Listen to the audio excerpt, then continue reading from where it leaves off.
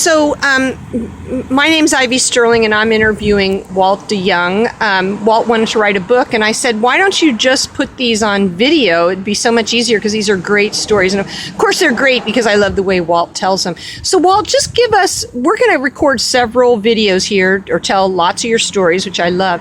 But let's just give everyone sort of an outline of where these stories are going. Like, what year were you born? I was born in 1929. On a little farm outside of Wayne, New Jersey.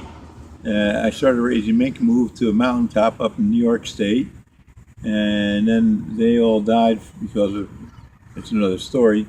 And then I moved and joined the Air Force, and I moved west, joined the Air Force in Wisconsin, and spent 5 years in the Air Force. But I became a peacenik in the Air Force in Montana, where I objected to bombing China with 6 atomic bombs, and then my life changed. And I was shipped to Mountain Home, Idaho, where I had UFO experiences and was forced to play football or go to Korea.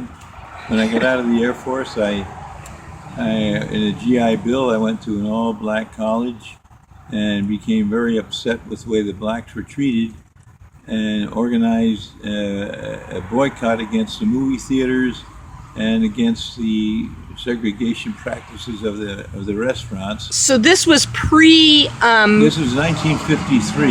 Yeah, this was before Martin Luther King. Right, and the Ku Klux Klan and White Citizens Council, I can document all this, headlines. Okay, that'll be a story. So after that, then what? Then I got a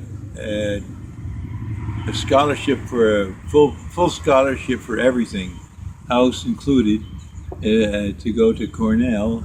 I'd already been interviewed by the ILG to become a labor organizer. I made the choice. My wife asked me, what are we going to do? I said, well, whatever official letter comes through first. The ILG letter came through the next day. Hang on just a sec. Noisy motorcycle. Okay. The next day, and I was to report to New York City, where I went into training for another 2 years, a year at the Institute and a year in the field, and I became the head organizer, the general of all strikes against mafia protected shops in New York, Pennsylvania, New Jersey, and 11 years I did that. And then when they put a contract on me, I went, after they killed my buddy, the Teamster, after I left the Union. Well, I objected to our supporting the Vietnam War, and I left and went back to graduate school in ecology for a doctorate. We got so active there that the energy department had enough influence to shut it down, and all the professors involved with me had to go get the jobs other places. And then when they put that last contract on me, I knew I couldn't get out of it. It was put on to me by, I suspect, the energy department, because we were exposing the problems of fossil fuels while we were promoting solar energy. This is back in the 60s, at which time in 1970, 71, I headed to Minnesota, and I lived up there, which I had already planned. My brother was up there to get away, and spent most of my time with the Indians. What Indians? The Ojibwa, and became their head warrior after we stopped Halliburton, Bechtel, Phillips Uranium out of Colorado from making Minnesota the nuclear waste dump of the world, and also we stopped them from doing the uranium mining. The Indian I was involved with was George. When he died, his daughter put his necklace on me. Then after that, my feet froze living out in the cabin out in the woods, and I used to go out with bare feet.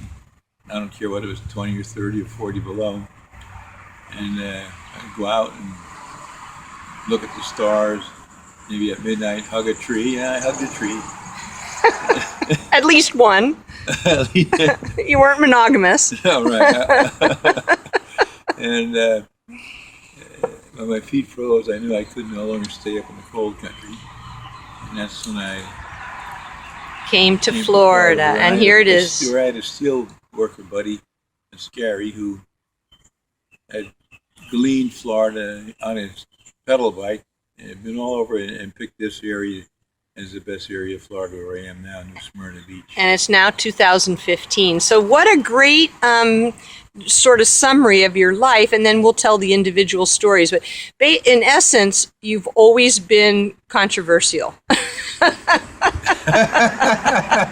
I think that's the understatement. And actually, what's so funny is in 1954, I think because it was a Klan that put it up, they wanted to take a kidney of mine out and said, I'm not going to live more than 6 months if I don't allow him to do it. I wouldn't allow him to do it. That was 1954. I think they were wrong. But then about a few years later, I get this letter from my life insurance company. They're canceling my life insurance. I said, because of my lifestyle. Well, I thought that's what insurance was for. I thought it was, you had insurance because if you got killed. So they canceled that out of the clear blue sky. And so then I thought, well, I guess everybody knows more about me than I do. So I canceled I came to Minnesota. Then after a while, I did some substitute teaching and working for a union there. Okay, wait. Now we're getting into a story. So let's conclude this sort of summary, right? Right. And we'll record that in the next video. Right. Okay. Bye.